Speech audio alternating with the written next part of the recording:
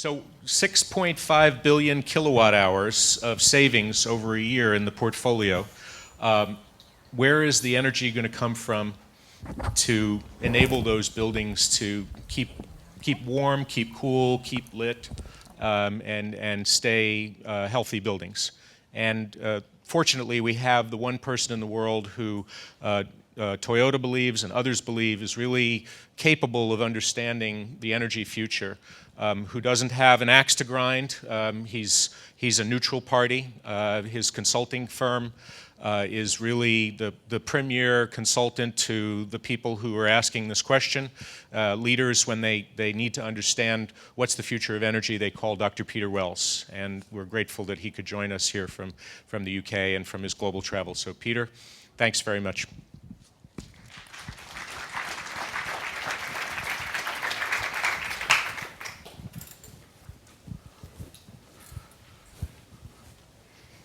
After that introduction, probably the best thing for me is not to say anything at all.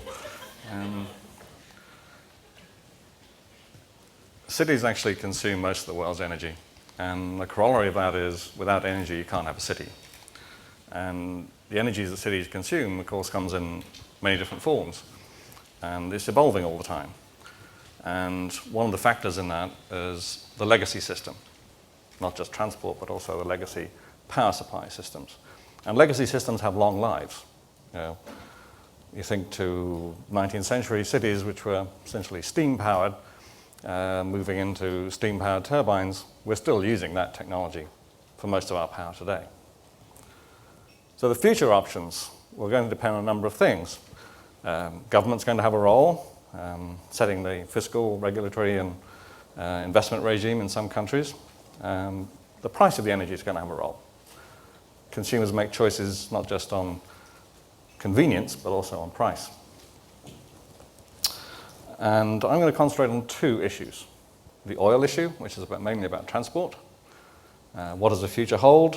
We hear about peak oil. We hear about peak car. What about supply, demand, and prices? What could the future look like? And I'm also going to look at natural gas. We hear a lot about shale gas, the revolution of shale gas, the game changers we hear about. Well, what actually is going on with gas, and is gas a potential option for transport?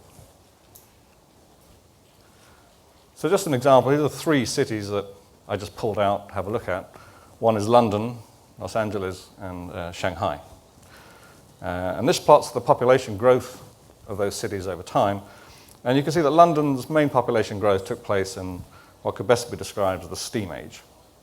So rail transport, coal power, coal powering that transport directly. Los Angeles and Shanghai are much more petroleum-based cities, more related to the automobile. When oil production took off, these cities were just beginning to grow. So they're built around a different kind of legacy. And you can't just unbuild a city from its legacy. The legacy determines how it looks and how energy is consumed in it. And these little maps are on roughly the same aerial scale. So you can see how much bigger Los Angeles is because it grew up in the petroleum age. Whereas London is more compact, it's based around the railway systems. And the little red numbers at the bottom are quite interesting. The number of light vehicles. Los Angeles, over 6 million. London, 2.7 million. And the second number next to that is also important. The miles per gallon consumed in those vehicles. Los Angeles around 17 miles per gallon. London around 32. And the reason for that, of course, is that in London, gasoline costs a lot more. It's roughly $8 a gallon. Whereas in Los Angeles, gasoline is relatively cheap. In fact, it's too cheap, but anyway. None of you agree with that. This is stuff that some work that ExxonMobil did, and I think it's worthwhile listening to this. I'd agree with most of this. Is the expansion of number of vehicles. I mean, the first thing they say is that 90% of the transport energy will still be supplied by liquid fuels in 2030. Now, of course, you say, well, they would say that's what they produce, so that's what they would want to be the outcome. But this is again comes back to the legacy. It takes 12 years to change out the fleet of vehicles, even in a country like the United States, which is quite a big turnover. And this then shows also from ExxonMobil where that growth in liquid fuel demand is going to come from. OECD countries, USA, are basically at peak car, pretty much. Asia Pacific is not. India and China have a growing middle class with aspirations to own the one thing that defines their status, a vehicle. So this shows what I would like to call the first act in the petroleum age. This is the oil production from 1900 to 2010, 2011. Most of this is conventional crude oil produced from oil fields. Natural gas liquids, the NGLs, come from gas fields. That's also produced by oil companies in a fairly conventional way. So roughly 97% of the current consumption of oil is from conventional oil. Oil that we're very familiar with in the oil industry. We've been producing it for over 100 years. And just beginning, we see some new things like shale oil, biofuels, Canadian tar sands. But you see how relatively small they are in proportion to the conventional crude oil. And the other interesting aspect about this history is, for most of the oil production history, the industry has been regulated. Production has been controlled to target a price. And the first people to do this were the Texas Railroad Commission from 1932 to the 60s. And then OPEC picked up when the Texas Railroad Commission decided it was not going to regulate the industry anymore.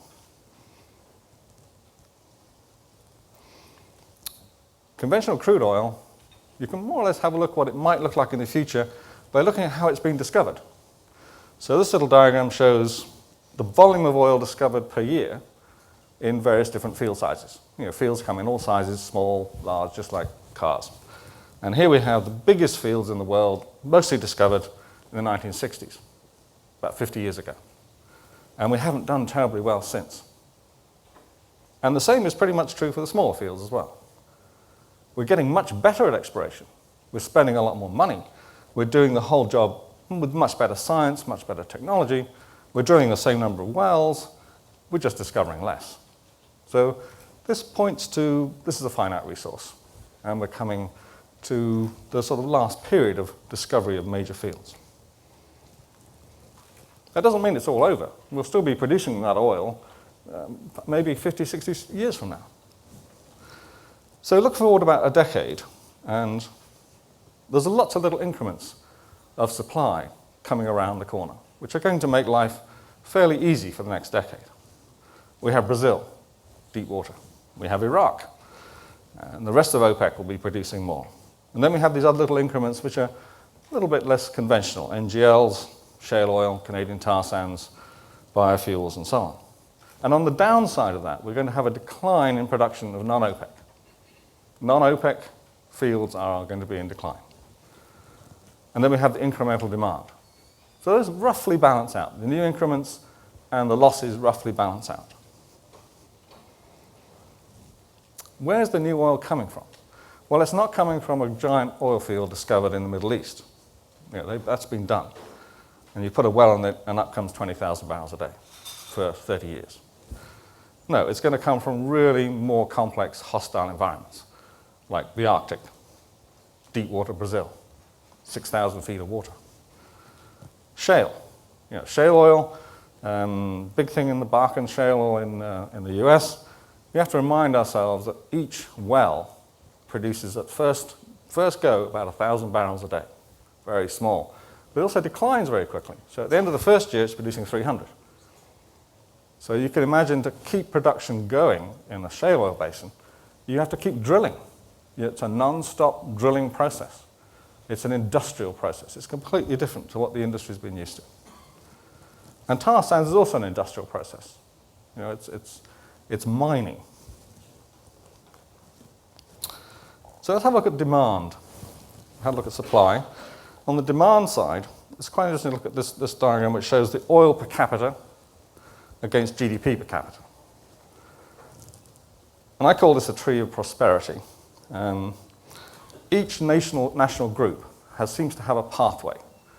Mostly this leads to a reduction in oil consumption per GDP unit as the economy becomes more service-oriented. And right at the very top of this stack, we have the most profligate users of hydrocarbons, the oil producers. Gasoline is virtually free. Gas is virtually free. So they consume enormous quantities per head. The next one down is the low-tax countries, like the US and Canada, where gasoline is relatively cheap. And then you have a group below that, Europe, Japan, South Korea, countries that went on a different fiscal regime, high taxes to try and drive down consumption, which they succeeded in doing. And right at the bottom here, we have emerging countries who are just on the sort of edge of this diagram. ASEAN countries, China and India. We think they're going to have a trajectory below Europe because they'll adopt all the technologies that we've already developed. They won't go for the high consumption because that's against national security interests. So they're going to bumble along somewhere below Europe. So that's a sort of broadish picture. But there's also a micro picture here, which we need to think about. When the price changes, when oil price changes, it impacts on GDP and it impacts on demand in the short term. And this is the recent run-up in price up to 2008. And this shows the US data for GDP growth and oil demand. And you can see there was an impact. Price had an impact in this period. Before we got hit by the recession, demand was falling and GDP was falling because the price had risen. So what about the future? How can we use some of this information to project into the future? And the work we've been doing with Toyota was to build an integrated model, not just a supply model, not just a demand model, but to put the two together. So we have a GDP, supply, demand, price model, which can help us to look into the future depending on the scenario we choose. You know, the future is unknowable, and it's best not to be too specific about it. But the general pattern we get from all the scenarios we run is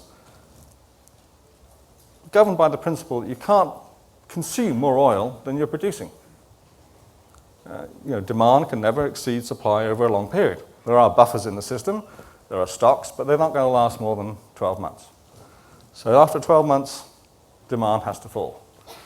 And demand is much more responsive than supply because it takes 10 to 20 years to produce new oil.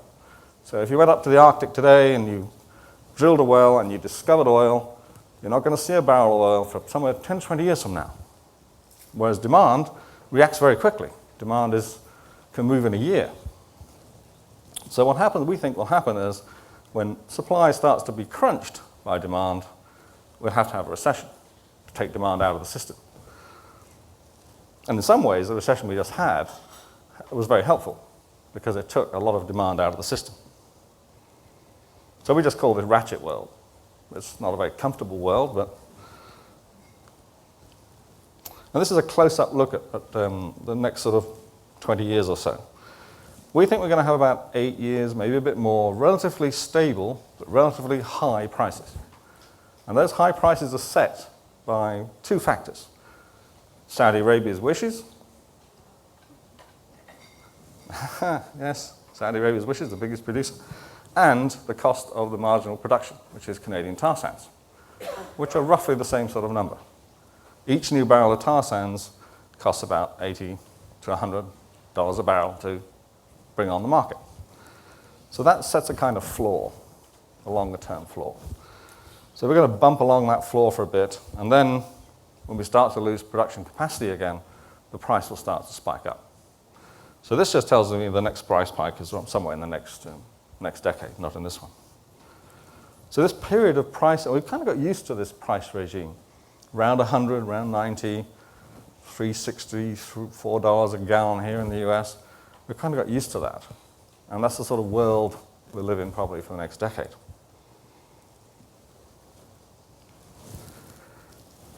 What about demand? Well, it's very interesting to look at demand historically. And this is OECD and non-OECD on the same chart. This comes out of the model, but each country is modeled separately in the model. So this is an aggregate of information. We lost about 4 million barrels a day of demand from OECD. Firstly, because the price rose, we lost about 2, and then because of the recession, we lost nearly 3. Now, we don't see that demand coming back. In fact, it's still pretty low. This is the peak car OECD. This is, resistance of consumers to go out and drive more and so on and so forth. But after financial crises, it's very unusual to see demand for oil come back. So OECD is pretty flat. All the demand is coming from Asia. It's coming from non-OECD. And that includes the oil-producing countries themselves. And here's another interesting observation that comes out of this integrated model. This is a balance of payments view, just on the import-export of oil, nothing else. On the top half of this, we have all the people that gain money. On the bottom half, those that are transferring that money to the upper half. So this is an unprecedented transfer of money in the oil sector. $1 to $2 trillion a year in real terms. Doesn't look anything like that all the way back to the beginning of the oil age. That money is going to have an impact on our lives, both in the producers and in the consumers. It's going to have an impact on inflation, it's going to impact on asset price inflation, where that money is going to go, it has to be recycled, how's it going to be financed, and so on and so forth. There's also a strategic shift going on in where the oil is coming from. And this is a view of 2011. We can see the Middle East is supplying oil, a lot of oil to Asia, quite a lot of oil to Europe, and some oil to North America. 2025, the Atlantic Basin becomes kind of separated. There's enough oil being produced in it to supply North America's needs and Europe's needs, except for some from the Middle East. So this kind of separation of North America from the Middle East suppliers looks kind of attractive to some people. But of course, the US isn't insulated in a price sense from the Middle East, because the oil price isn't set here in the United States, it's set in a global market. So if something happens in the Middle East, the price is going to come here as well. And also there are major allies for the United States, across Europe, across Asia. If they get hit by a supply crisis, they suffer, the US suffers as well. So there is no diminishing of the strategic importance of the Middle East just because you become a little bit more isolated from it. Let's talk about gas. Gas is not like oil. It's very expensive to transport gas because it's a gas, not a liquid. And the pipelines and LNG systems that are used to transport gas are expensive. They require a lot of backing by large companies and banks, and they have complex legal structures. So they're generally speaking, it's like building a tanker. This is a much more complex system. And pipelines have political issues. If you've got one pipeline supplying you with gas, that's not terribly secure. But the supply side, in some ways, is just as insecure on the demand side, because you want security of demand if you're a supplier, and you want security of supply if you're a consumer. Well, natural gas is extremely abundant, and this is just the gas we know about. And you see the impact of shale gas on there. I mean, it's a nice piece to have, but it's still not as big as conventional gas, both associated with oil fields and not. But we have a lot of gas in the world, and we keep discovering more and more of it. When I started my career in the oil industry with Shell, an old explorer took me to one side and he said, you think you're going to find a lot of oil? He said, mostly you'll find gas. We always find gas when we're looking for oil. And that's still true today. Well, shale gas is going to be very important in the United States because you have the infrastructure for drilling the wells here, you have a whole industrial base, and you also have very good geology. So the US shale gas is already well underway, and of course it won't last forever, but it will certainly last another decade and a half or 2 decades.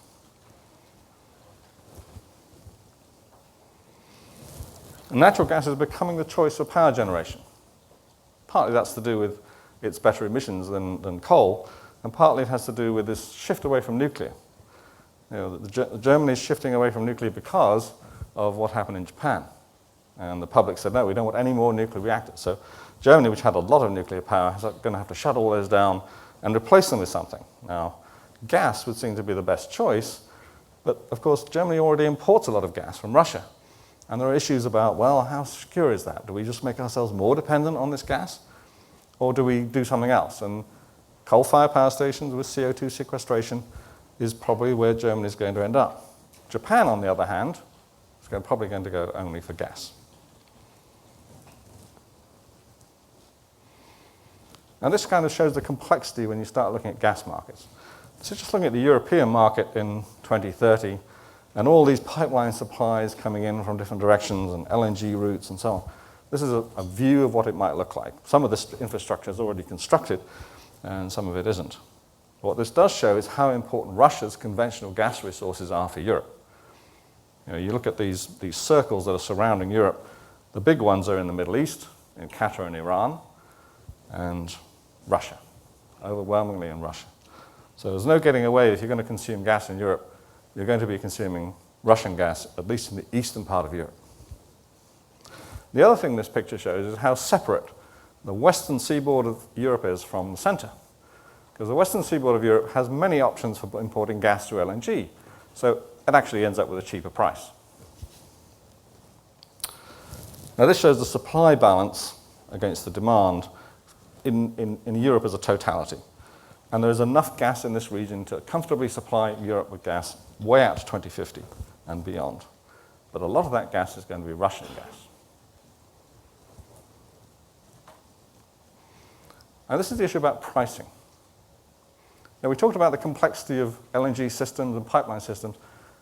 In the past, these had to be underwritten by long-term take-or-pay contracts. So the buyer would say, I will take this for 25 years at this price in this sort of supply range, usually 85% of the number. And those long-term contracts had built into them price formula linked to oil. And while most companies are very, it's not easy to get all this information because they're quite secretive about it. But you can get enough information to tell you that Gazprom is charging Germany, for example, almost full oil price parity for its gas. So at $100 a barrel Brent crude, Germany is paying about $17.50 a million BTUs. Current Henry Hub price for US gas is around $2. So US has very cheap natural gas too. Well, coming out of Western Europe, where LNG starts to impact, and LNG used to be on long-term contracts, but now it's become much more common to have short-term contracts, either spot market or a marketeer would buy the contract and take the market risk on himself. So in the UK and parts of France and Holland, gas is cheaper than in Germany. Wholesale gas. Retail gas is the same, but wholesale gas is cheaper.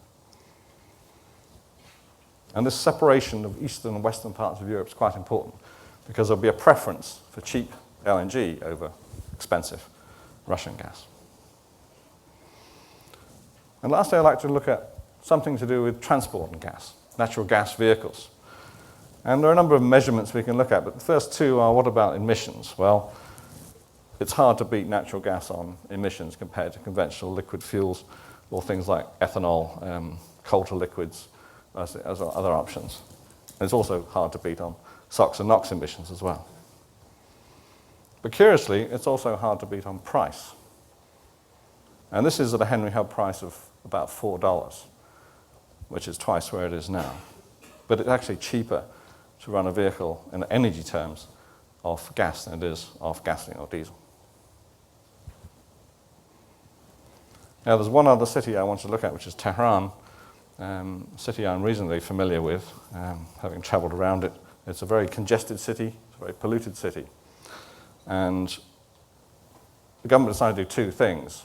One, they'd have a mass conversion to natural gas vehicles, and I think Tehran has is the highest number of natural gas vehicles than any city in the world, roughly 1 million out of 3.5 million total vehicles. And they built a metro system, which now carries around 2 million people. 89% of the emissions in this city come from vehicles. Now, everyone thought that was going to solve the problem, but it doesn't, and there are two reasons why it doesn't. First of all, a lot of the vehicles in Tehran are motorcycles, which you can't convert to natural gas, and they also are two-strokes, so they emit an awful lot of smog. But nevertheless, here's a city that's trying to do something with natural gas, because they have a lot of it, to try and improve the city's environment. So just to conclude, oil transport, first of all, we think to 2020, oil supplies adequate. Oil prices are likely to be where they are today, plus or minus events like something in the Middle East or Eurozone collapse or whatever. Likely to be quite flat, around 80 to 90. And there's a limited price incentive in that for real big change in transport choices. People are not going to change what they do now because the oil price has gone up. They've kind of got used to it. And this particularly affects cities in the United States where you have really cheap gasoline. Upon world scale, gasoline is really cheap here. People are going to be comfortable with that. They're not going to change to something else unless it's more convenient. And this is this cost-convenience trade-off. And you can do an awful lot with the internal combustion engine, which hasn't been done yet. Taking weight out of the car, improving the efficiencies, and so on. But it has to be an incentive for doing so. A price incentive is the most effective. Natural gas. Natural gas is now competitive with coal, regardless of whether it's carbon sequestered or not. So natural gas is becoming the fuel of choice for power generation. And it's becoming the fuel of choice over wind as well. Simply because it's so convenient, you can turn it on and off, it's very efficient, and it has relatively low emissions. So gas is also pushing into nuclear, which has zero emissions, and wind, which has zero emissions. So it's not all good news for gas on the emission side. It's better than coal, it's hugely better than coal. And we would expect China to favor shale gas, if it finds enough of it, over coal, simply because it's better for their cities. Natural gas vehicles are a convenient, cost-effective, and viable option. But the infrastructure to fuel it has to be constructed, and you need purpose-built vehicles. Not many people are happy with a giant tank in the back of their car. But with the right regulatory push, natural gas vehicles could happen on a reasonable scale. It'll still be fairly niche, but it would make a difference in the urban environment, particularly somewhere like Asia. I'm thinking here of Shanghai, Hong Kong. Natural gas vehicles can make a big difference, as they're trying to do that in Tehran. Thank you very much.